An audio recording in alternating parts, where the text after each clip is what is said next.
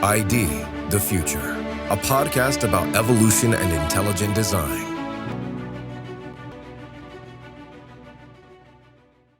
Welcome to ID the Future. I'm Andrew McDiarmid, and today I'm sharing again hosting duties with Nathan Jacobson, our Director of Brand and Media at Discovery Institute.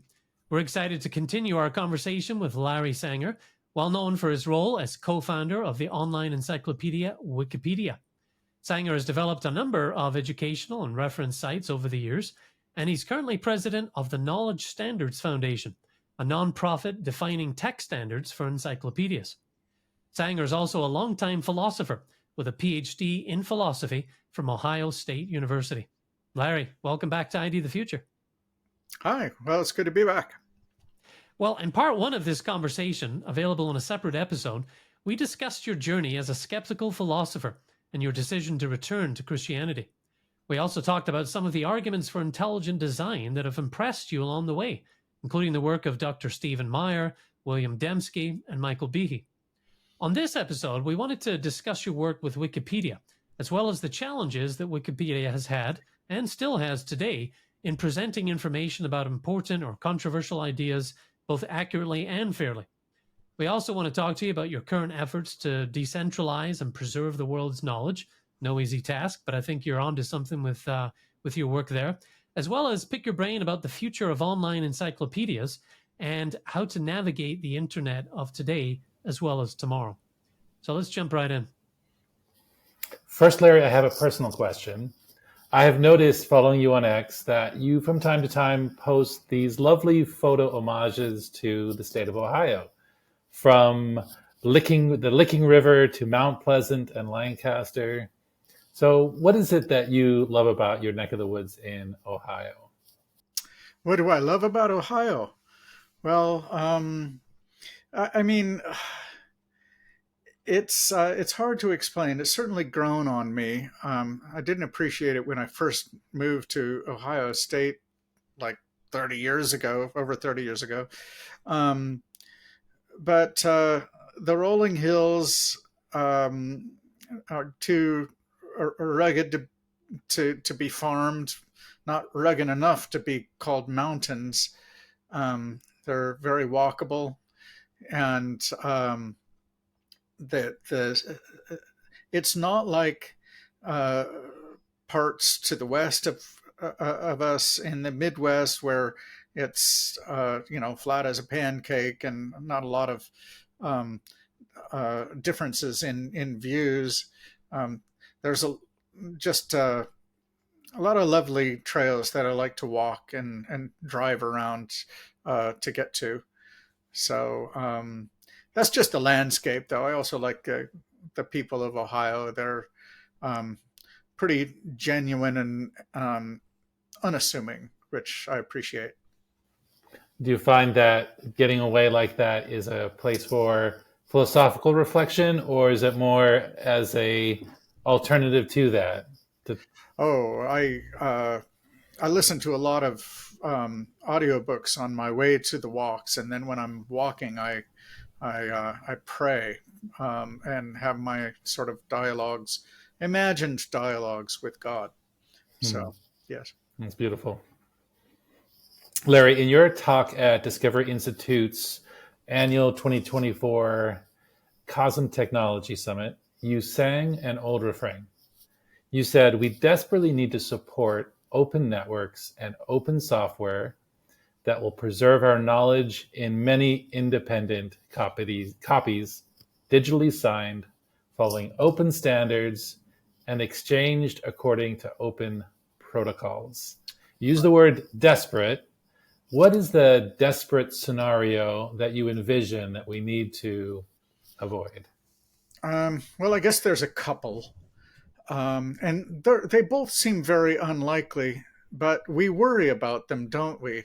So one of them is like nuclear holocaust, or some other just civilizational collapse for whatever reason, so that the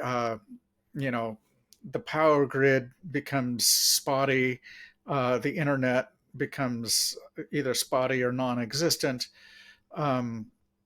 and then for the people who can keep their laptops running and powered, um, the great books of Western civilization can fit onto one of these things. I'm holding up a ZWE-book flash drive. So the Knowledge Standards Foundation sells these, and it has almost 70,000 books, all of the public domain books in Project Gutenberg as of last June. The idea is somebody might be able to whip out one of these bad boys and have access to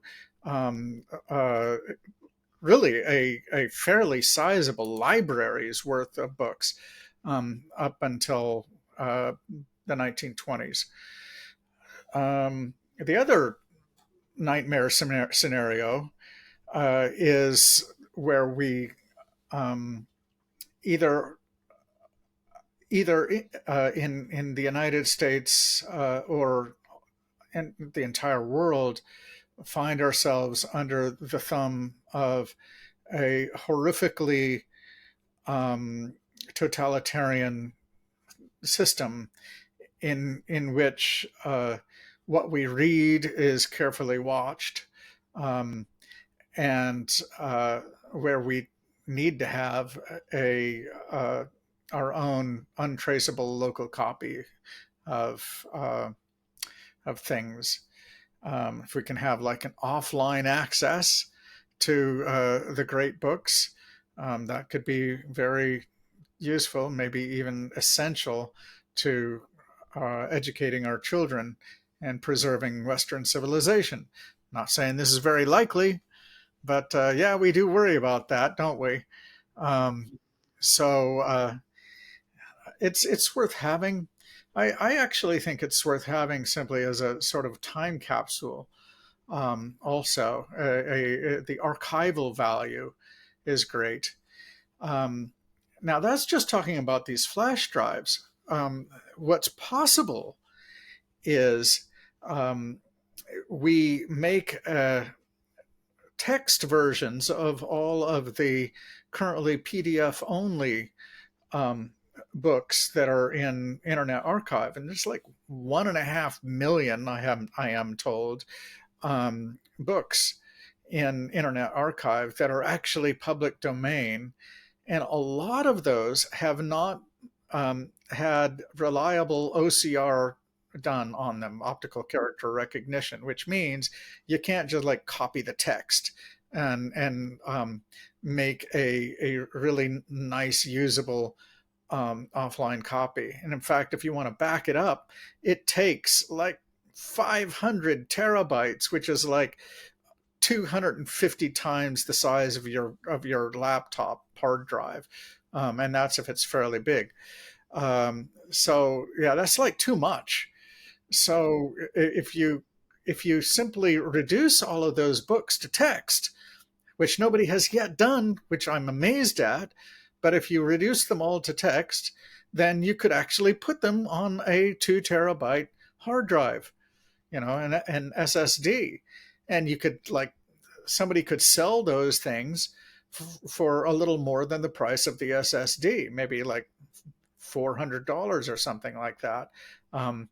And wouldn't that be something? Then you'd have not just the size of a reasonable local library, but something more closer to a giant university library, right? And if there are many, many copies of that, then Western civilization's not going anywhere.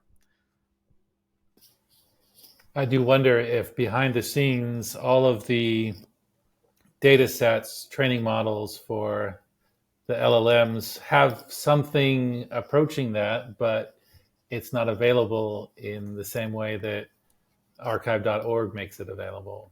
Right. And also they don't expose that. They simply have they can look it up online, but what if it's not online? Yeah, they have been trained on it, but that's very, very different from actually making it available.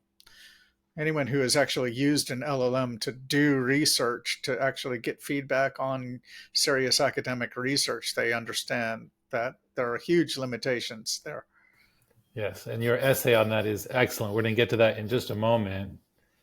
But first, like so many others, I have a tale of woe trying to contribute constructively to Wikipedia, losing days of my life trying to justify a small edit, rebuffed by a phalanx of regulars who reversed even the simplest and verifiable correction that I was trying to make in a hostile entry. In my experience, Britannica seems to have retained more of a objective and neutral approach. So I'm curious, what led you in the beginning of Wikipedia to institute the neutral point of view policy? And if you think that there's any hope of returning to that on a platform that is user generated like a wiki. Yeah, I'm going to be talking a lot more about this later this year, um, but I can say this now, um, giving sort of the background. Um, the So first of all, I have a personal animus against bias that goes back to my childhood, like reading old encyclopedias and saying, well, they're just like coming out and saying that socialism was like well-meaning and so forth. Like this is not supposed to be in an encyclopedia or in a textbook. I was just offended. So that's sort of reflected in Wikipedia's policy. But there's another reason for it, and that is that Wikipedia began as a wiki, and wikis have a history that go back 5-6 years before Wikipedia.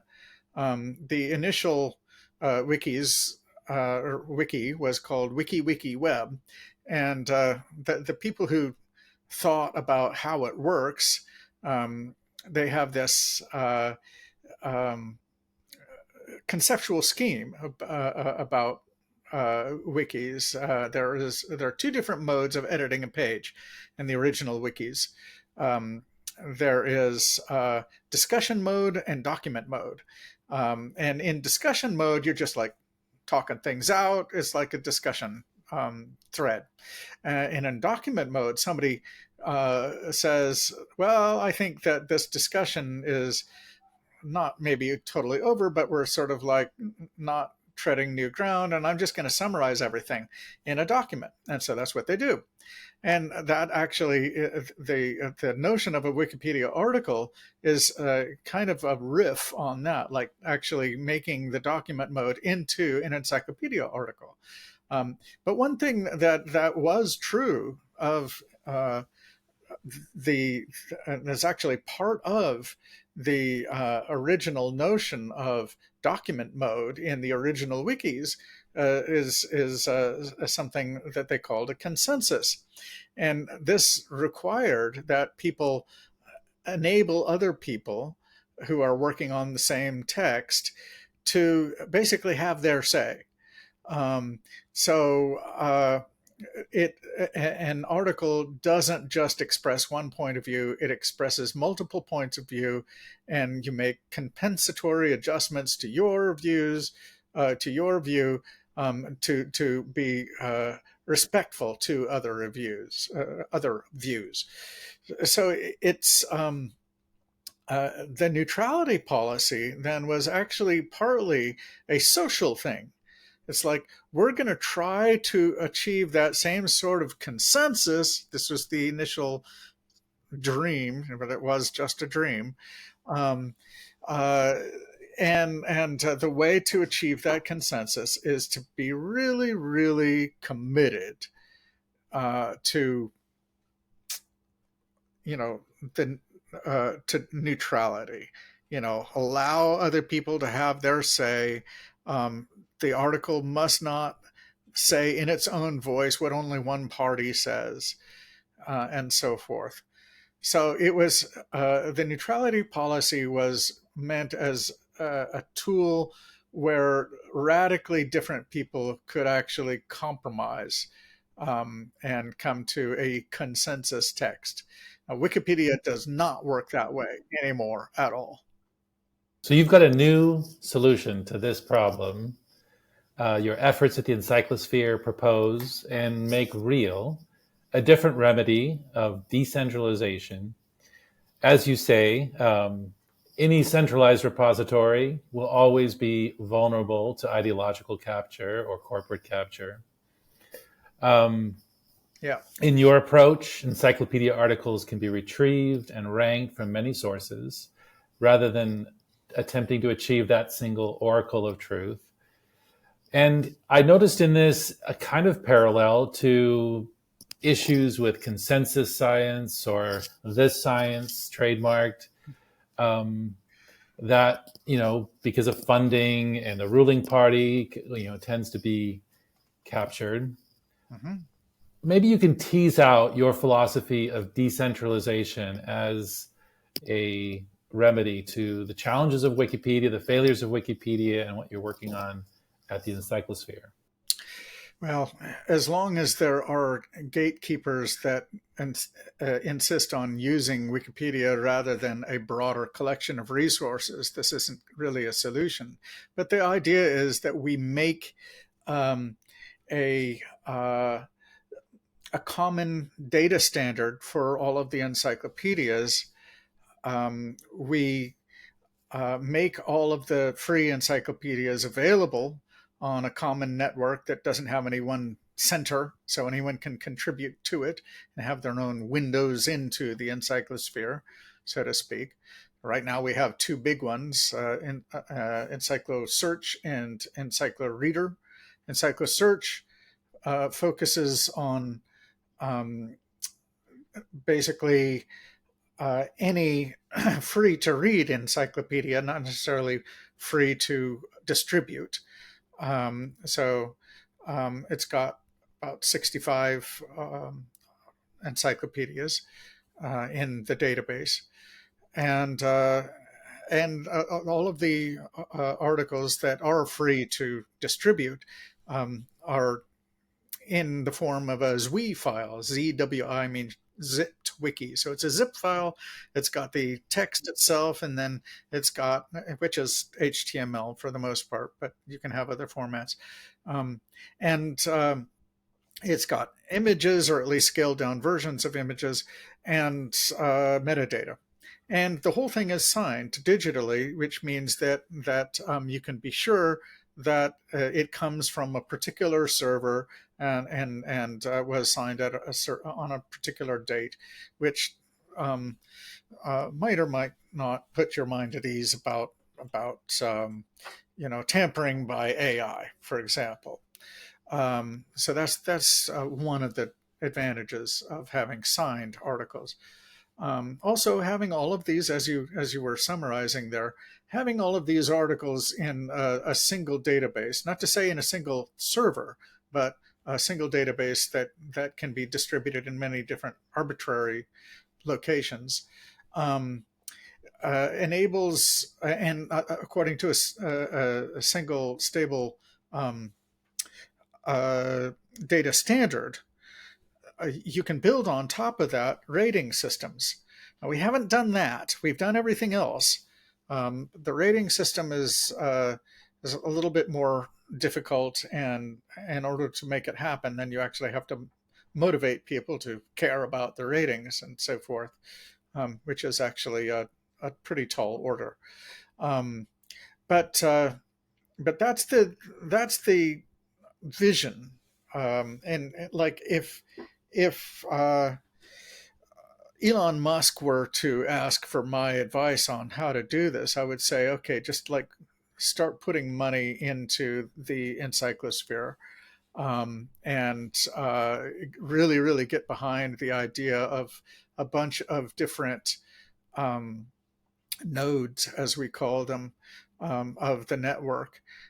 So people can like publish articles to the Encyclosphere from many different independent locations, and also then uh, ratings of articles, and then we can like use the articles themselves and the ratings to slice and dice the encyclopedic data, and of course train um, AIs based on them. That's great. But there's one thing. I know you're not going to ask me this question, because most people don't think to ask me this question, but it's an important question. Like, what really is the point of an encyclopedia when there are LLMs that can give people answers a lot faster? Like, I don't use encyclopedias much anymore. I just ask an LLM, and I ask it for sources if I really want the sources. But the answer is, even if nobody even reads the articles, LLMs, they summarize the information at different levels of granularity. Essentially, you can see that in how they answer questions. Like if you ask it a really in-depth question, it's clearly looking at data that is contained deep in books. Whereas if you ask it a general question, it's giving you like stuff from news articles and encyclopedia articles.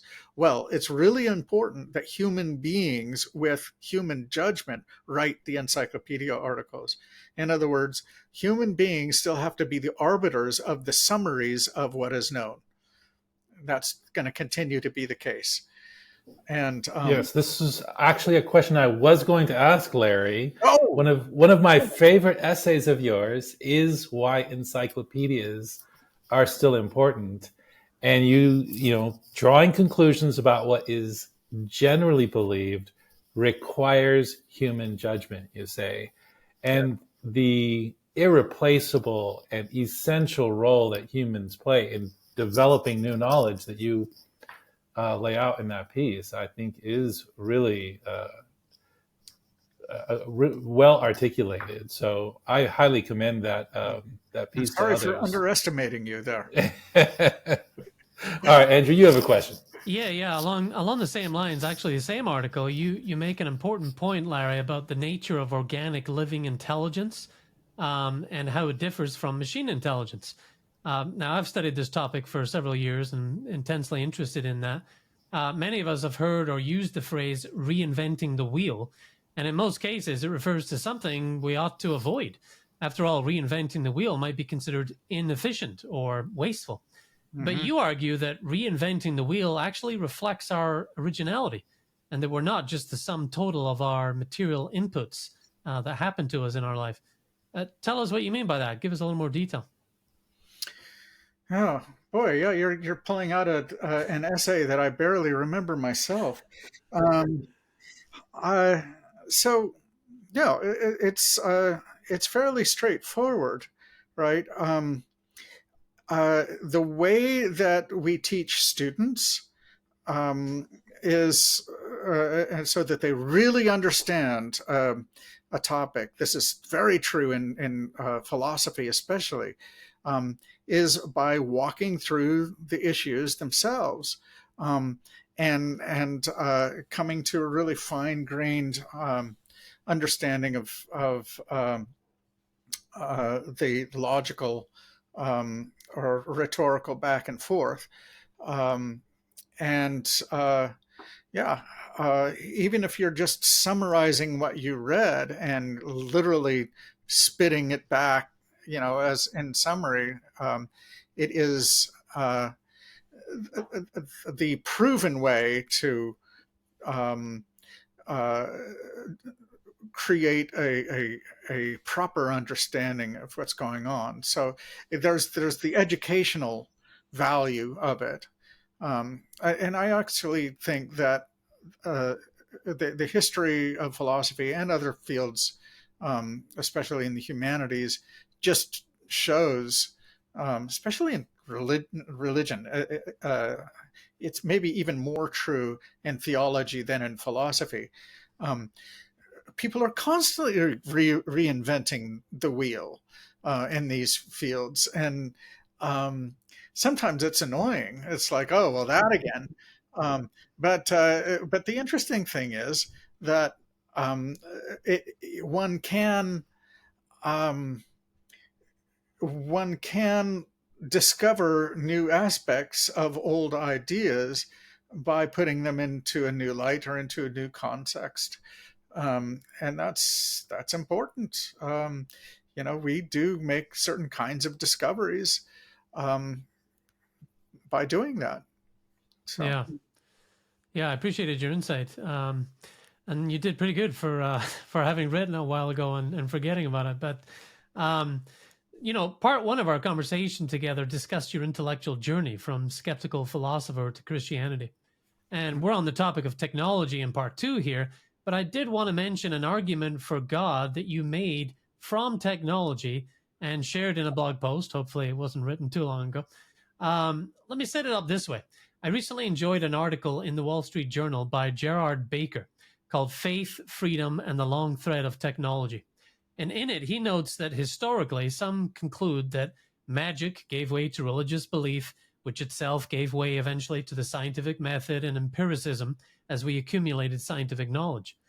But Baker observes that recently our scientific and technological progress has enabled rather than eroded religious faith. He points to different examples happening in the culture right now. And he quotes G.K. Chesterton's detective hero, Father Brown, explaining how he captured a thief.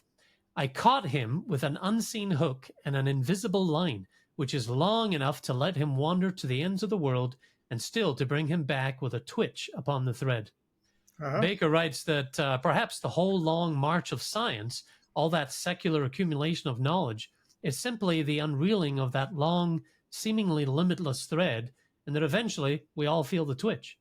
Now, you felt the twitch back in 2017 as you considered the technological marvels all around us today, or at that time, and you wrote this: if it's conceivable that a billion-year-old super being could bring about the existence of a universe indistinguishable from this one, then it ought to be conceivable that God exists.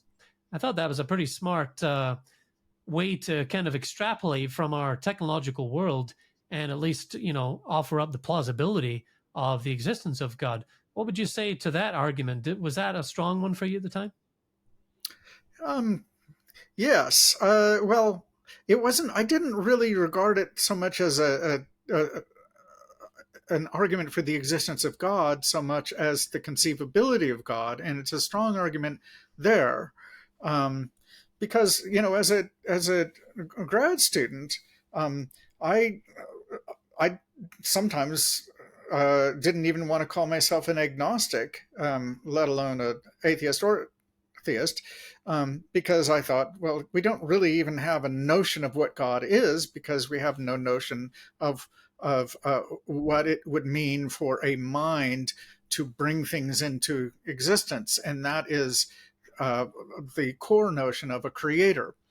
And I have no experience of that, and if I have no experience of that, then I have no way of conceiving of what God is, so therefore I don't even know what it means to say that God exists. Now, it was actually a response to that old argument of my own that led me to write that piece that you're referring to. And I think it is a pretty good argument, because basically we can conceive right now, just by looking at what AI is capable of, and combine that with the stunningly detailed 3D worlds of billion-dollar games, and gaming systems. It's pretty amazing, actually, and that just extrapolate that after if there were such a thing as a singularity, which might be upon us in a few years, according to some people, and then imagine another billion years of development after that. Then sure, you might be able to press a button on a machine, or no, you just have a thought, right? And if things are so wired in some way we don't understand now, so that a planet pops into existence, or whatever, a whole universe. Now, one needn't actually opine on the actual possibility of such a thing occurring. We don't have any way of knowing if it's actually scientifically or naturalistically possible. But we can conceive of it. And if we can conceive of that, then we are conceiving of the action of a creator. If we're conceiving of the action of a creator, then we are conceiving of a mind that creates things, well, not quite out of nothing, because that's not part of the thought experiment, but pretty close, right? Pretty close. It is a mind that brings a universe into existence with a thought.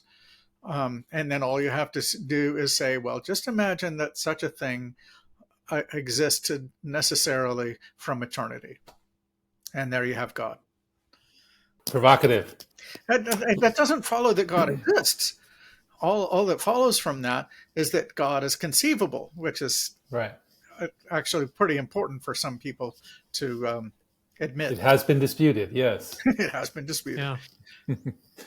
Well, Larry, one of the things that I'm impressed with is that the work you're doing at the Knowledge Standards Foundation is so practical and concrete in trying to address the challenges of living in the information age and accessing, evaluating knowledge and information. So why don't you share, just in closing here, what you have available there and where people can find you? Sure. So if you want to check out our work, go to encyclosphere.org. So encyclo as in encyclopedia, sphere, like the word, .org.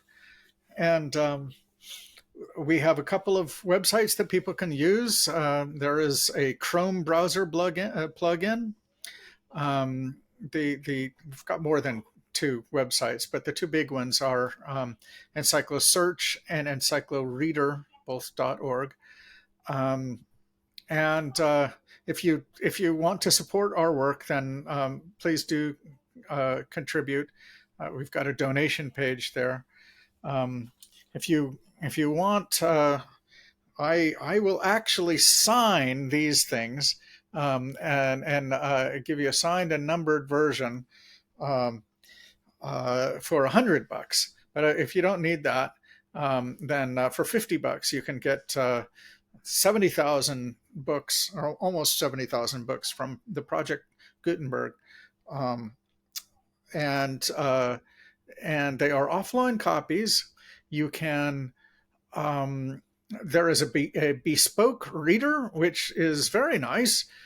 It works very well. If you're actually doing research with the text themselves, there are a lot of tools that are involved. That I made the software myself with the help of an LLM, but it's extremely well tested and it seems to work pretty well. And you can also export the books to EPUB format. So if you want to just like have the ability to have access to all of those books from your own hard drive, then just put it from the flash drive immediately when you get it to your hard drive, and then you'll be able to export to your phone.